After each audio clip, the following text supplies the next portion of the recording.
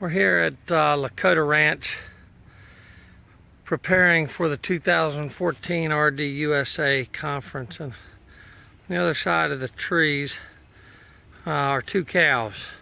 Closest one to us, S38, belongs to Doublebrook Farm up in New Jersey, and the cow facing away from us, just shook her head, is Lakota's T4.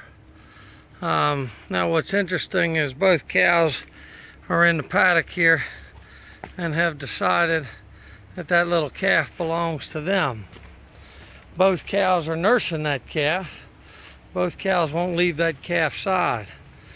We're currently mob grazing, and we've moved the cattle on out of this field, and nonetheless these two have stayed behind, both with this calf. This cow just ran off, but again, she won't leave. She wants to stay here with her baby, or who she thinks is her baby. So we'll come back to these three here in a minute and back up and see if T4 won't calm down over there and come back to the calf.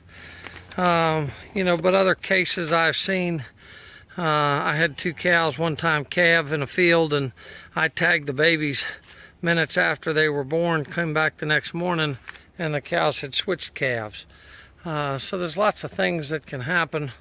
Mother Nature can throw us some curveballs, as well as science. And 20 years ago, again, we wouldn't have been able to deal with it. But now we have DNA technology. Through pulling some tail hairs, getting a blood or a semen sample, we can identify parentage and certain traits within our animals.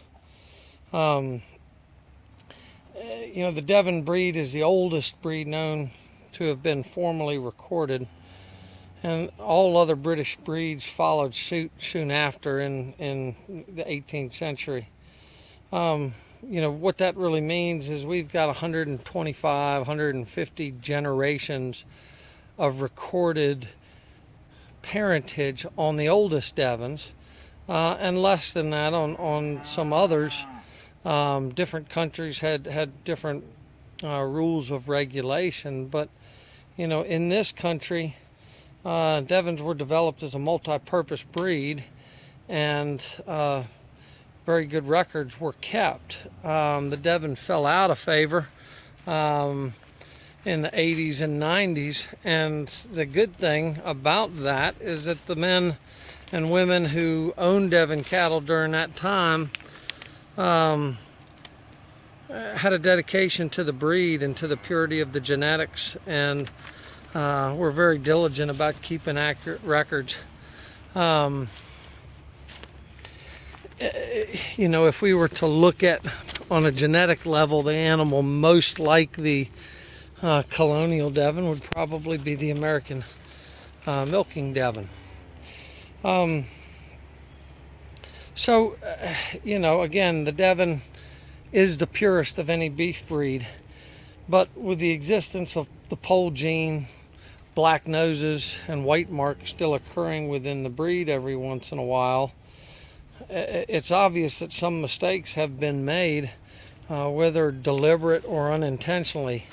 And we now have DNA which affords us the opportunity to double check and ensure of what we're doing. And all we have to do is pull some tail hairs and send them in.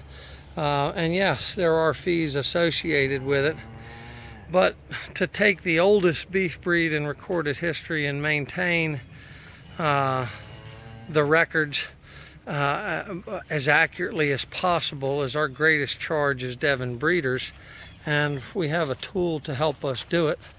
And are glad that the membership has agreed with us and supported the implementation of the DNA policy. We'll talk some more, about how we pull tail hairs and answer any questions you have as best we can. But again, I hope this example illustrates why we need to do this. One of many reasons why we need to do this. It is a membership organization, and we certainly want to hear your thoughts on it, and look forward to it. Thank you very much.